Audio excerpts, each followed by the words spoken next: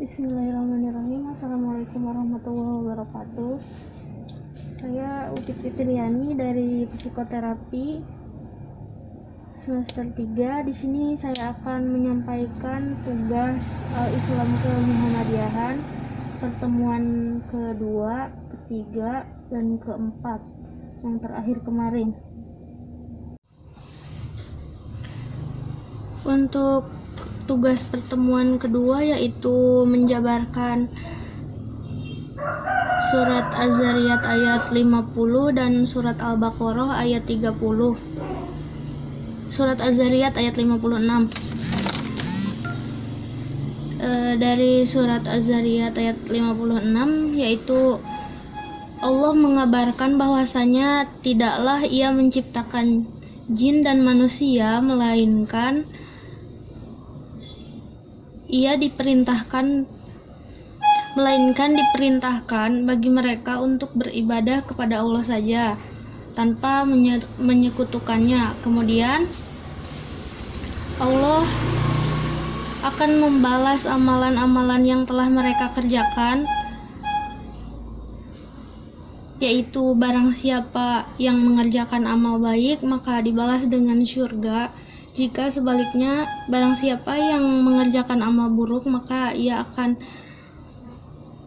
mendapatkan balasan yang buruk juga, yaitu neraka. Dari surat Al-Baqarahnya ayat 30 yaitu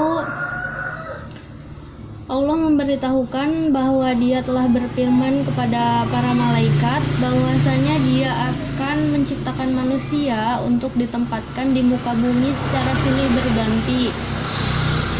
Tugas utama mereka adalah memakmurkan bumi atas dasar ketaatan kepada Allah. Lalu malaikat bertanya kepada Tuhan mereka dengan maksud meminta bimbingan dan penjelasan tentang hikmah di balik penempatan anak cucu Adam alaihissalam sebagai khalifah di muka bumi, sedangkan mereka akan membuat kerusakan di sana dan menumpahkan darah secara semena-mena. Para malaikat itu mengatakan, "Sementara kami ini senantiasa patuh kepadamu, mensucikan dan memujimu, serta menghormati keagungan dan kesempurnaanmu, kami tidak pernah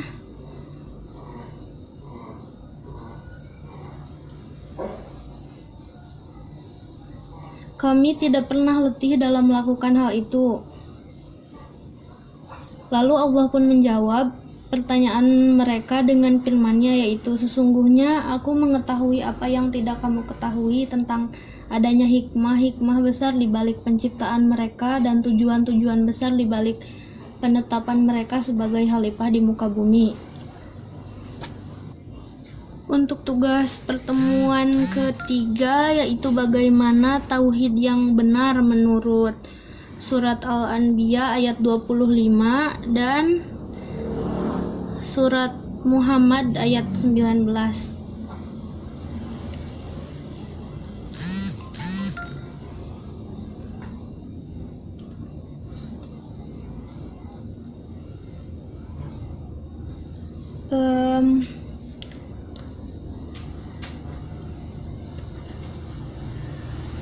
Dari surat Al-Anbiya sendiri yaitu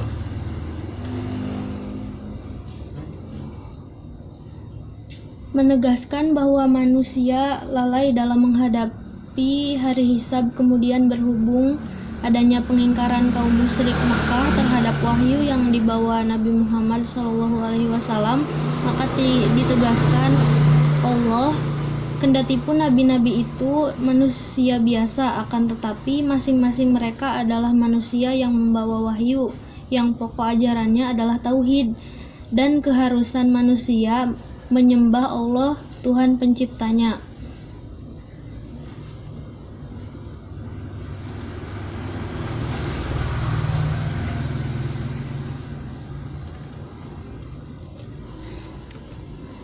Yang menurut ayat ini yaitu inti dari syariat agama Islam adalah kajian mengenai ketauhidan.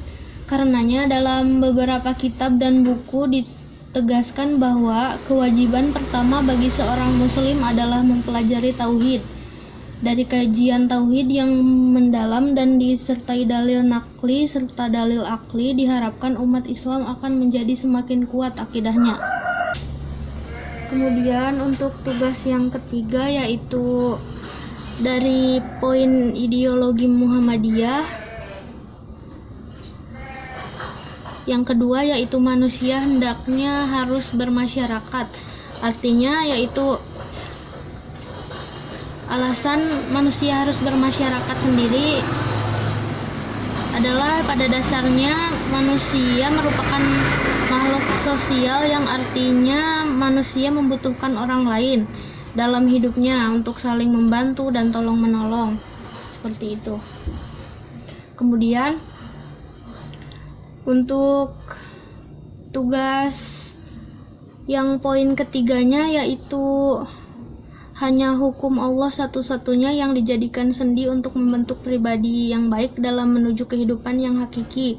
Dari Al-Quran Surat Al-Imran ayat 85 dan Al-Imran ayat 19.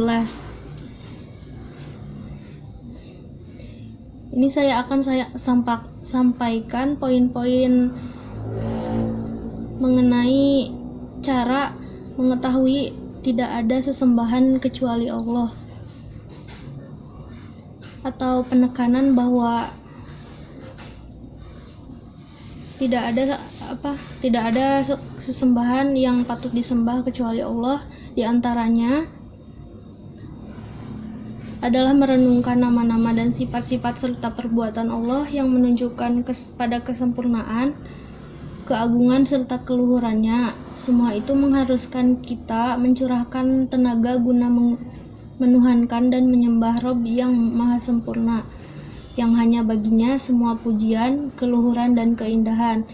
Poin yang kedua, mengetahui bahwa Allah sendiri yang menciptakan dan mengatur, sehingga dengan demikian akan diketahui hanya Dia semata yang berhak disembah. Kemudian poin yang ketiga, mengetahui bahwa hanya Allah semata yang memberi nikmat, baik yang lahir maupun batin, baik nikmat agama maupun dunia, baik nikmat agama atau akhirat maupun nikmat dunia.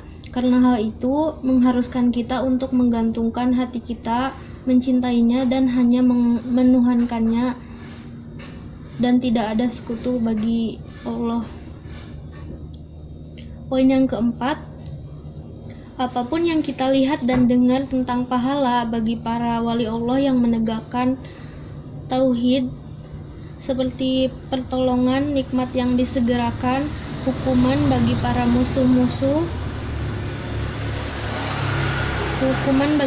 musuh-musuhnya yang menyekutukan Allah, dan lainnya. Karena semua itu akan mendorong kita untuk mengetahui bahwa hanya Allah semata yang berhak atas semua bentuk ibadah.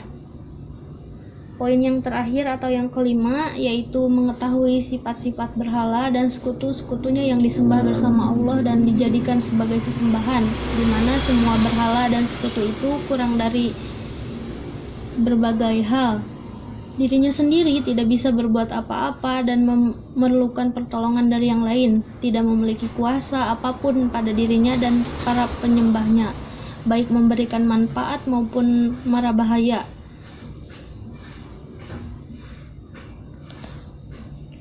Tidak memiliki kuasa atas kematian, kehidupan, dan pembangkitan.